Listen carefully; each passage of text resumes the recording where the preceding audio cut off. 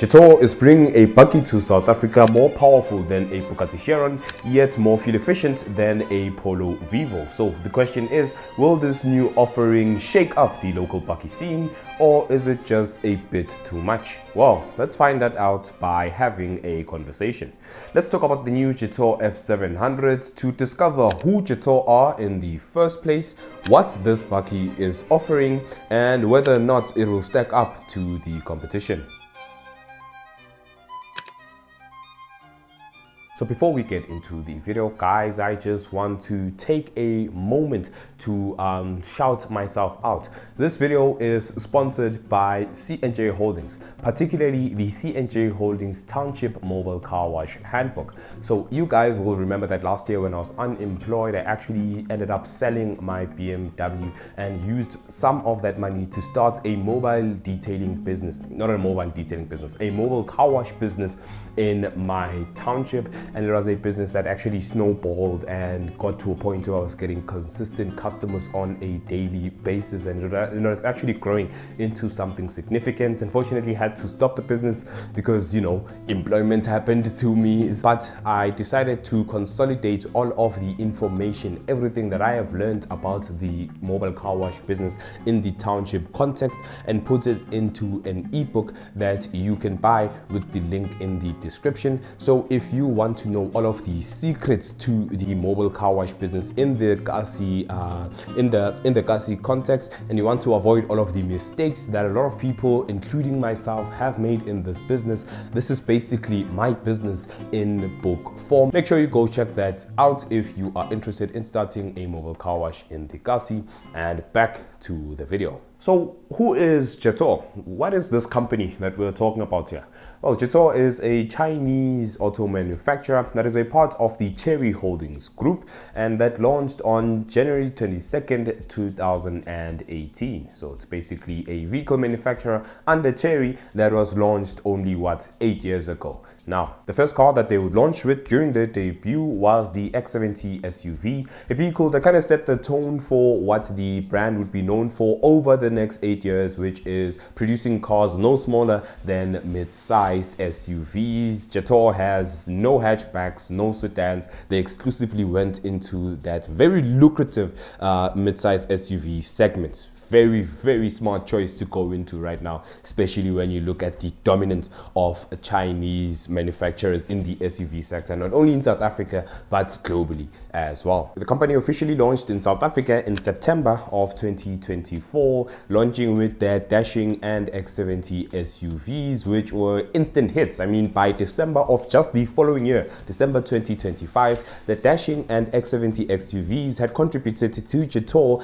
being in the top 10 best-selling brands of that month. So yes, just 1 year after its launch in South Africa, the company had already established a name for itself and established a very strong foothold in our automotive industry. But the car that really put them on the map globally and locally was the car that sold 441 units in its first month after being launched, the Jetour T2. The Jetour T2 is one half of the Jetour T-Series model lineup, consisting of the slightly more subdued T1 and the all-out boxy Defender-like T2. Now, the T1 certainly exists in the world out there, and there are people who buy it, but we're going to talk about the T2 specifically because this was the car that really propelled this brand to where it is now. When it launched on the exterior, it had this really, like I said, Defender-like design. I joked that this is the poor man's Defender here.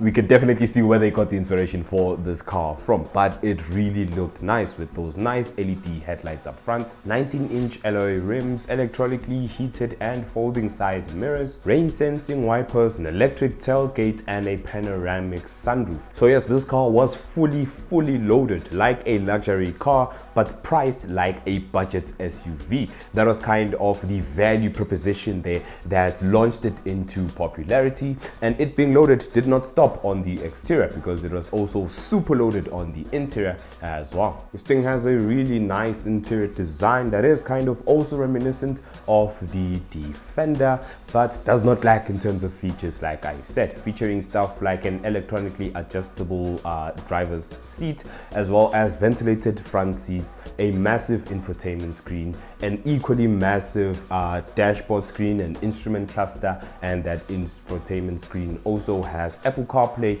and Android Auto wirelessly as well. So even in the interior, we can see kind of the theme, the goal of this vehicle, which is giving you luxury features and looks without the luxury pricing. In terms of performance, it makes from 125 kilowatts and 270 newton meters of torque in the turbocharged 1.5 liter 4-cylinder engine, up to 180 kilowatts and 375 newton meters of torque in the turbocharged 2-liter 4-cylinder offering. And both of them will come with a 7-speed dual clutch gearbox as standard as well. So yes, that is basically the Jetour T2 in a jiff. A great performing, well, not great performing, it can only carry like 400 kilograms in terms of payload, but in terms of actual engine performance, in terms of looks and features, absolute number one. And you would have heard me talking about the price here and there and saying that it's not priced like a luxury vehicle. Well, the Jetour T2 starts from just 569,900 Rand for the base model Aspire model, but if you want the all-singing and dancing Odyssey model, you will have to cough up 680,000 Rand, which is not that bad of a price, especially considering all of the features that I've just told you guys about. Payload is not great, but it is very easy to see why the Jetour T2 was so popular. And it is also very easy to see why the T2 debuted as Jetour's best-selling local offering when it launched back in November 2025, with 4,910 brand new T2 units being registered locally, and the T2 also clocking 700,000 global sales as well from its launch in 2023 in the global markets. Absolutely crazy figures here for a brand new car. I mean, it literally can't carry anything more than 2 of your mums, but it is such a good value proposition in terms of the actual product that people just can't resist it. So then, is what Jetour is about to bring to the country going to be another home run success, or have they just gone a bit too far with this one? Well, let's find out. So out of absolutely nowhere, Jetour decided to build a 1,000 kilowatt Super-Bakkie that they are bringing to the South African market for whatever reason. It's called the Jetour F700 and is based on the same leather frame chassis as the upcoming G700 SUV that is equally as massive, also approved to come to South Africa in 2027. So think of the F700s as Jetour's Hilux to their Fortuner. Of course, the Hilux being the F700 and the Fortuner being the G700, built on the same chassis, except for the fact that the G700s and F700s are probably going to be better in almost every conceivable way, except maybe for reliability in the long term. So in terms of performance, the F700 will have the same powertrain as the G700 in the form of a turbocharged 2-liter engine that is paired to a varying number of electric motors. The dual motor variant of the F700 will produce 710 kilowatts of power and 1,135 newton meters of torque, while the quad motor variant will produce a massive 1,215 kilowatts of power. It feels ridiculous saying these figures even for something that's coming to South Africa, and that is all while it has a 1,300 kilometer driving range as well. So to just give you some context as to how insane all of this is, a Bugatti Chiron Pure Sports, literally one of the pinnacles of automotive engineering, only makes 1,103 kilowatts of power. This bakkie is over 100 kilowatts more powerful than a Bugatti Chiron Pure Sport. Yeah, no, I don't know what they were smoking when they made this bakkie, but I would like some of that very much. And I literally do not know the reason why they made this thing. There is no reason why something like this, a bakkie like this, should exist, let alone be coming to the South African markets. I can't understand why they did this. Well, I might not know why they made this thing, but what I do know and what I do understand is the F700's exterior styling. How's that for a segue? That was fire. I won't even lie, that was dope. It is ridiculously large. Well, at least according to its dimensions. It is 5.5 meters long, just under 2 meters tall, and over 2 meters wide. This is a big boy here. This is my 600-pound bakkie going on here. That was a dumb joke. Alright, anyways. I mean, the Ranger Raptor, something that no one would ever describe as a small bakkie, falls 0.2 meters shorter than this bakkie, but it is around the same width and height as well. Just to give you some reference as to how big this bakkie is about to be. And something that accentuates how big this thing feels is it's generally boxy and squared off styling, with that boxy front end with those rectangular headlights, those boxy side arches, as well as a generally very angular side profile as well. And in terms of how it looks, it's a very safe looking design in my opinion. I mean, I think that it is designed in the general direction that design for bakkies have been moving, which is that big, generally boxy kind of look. I mean, look at how the front of a Ranger is boxed off now. These new Rangers literally has like a flat face, so it's not groundbreaking in terms of bakkie design. It is something that we're kind of used to. It is generally safe, but I think the consumer will much appreciate that. I mean, yes, it's definitely going to have an imposing presence just because of its physical size, but I just don't think that anyone is going to break their neck trying to look at it, for example, is what I'm trying to say, unlike something like the Ranger Raptor.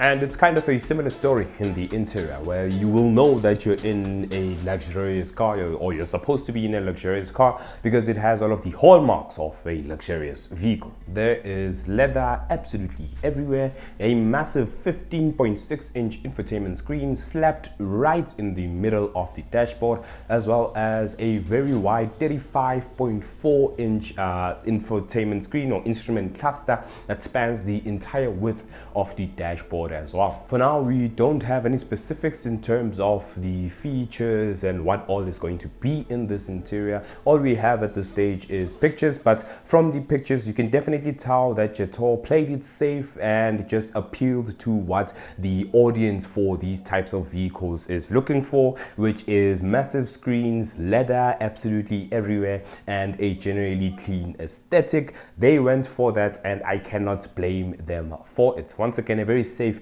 interior design that is not going to break necks. I mean, in terms of the general consumer, it's definitely going to be something very impressive, but generally it is kind of what all luxury cars look like nowadays, with the big screens and the simplistic design here. But once again, can't blame them for giving the people what they want. The interior and exterior of this bakkie looks really contemporary and clean, but I would have liked a bit more daring, a bit more bravery, and a bit more drama in how this bakkie looks inside and outside to match the absolute madness that is happening within in terms of the performance. So yes, my friends, that's kind of who Jetour are and what they are trying to bring to South Africa. But the thing is, the very important thing that we have to discuss here is that the Jetour F700 is not being released in a vacuum, bazalwane.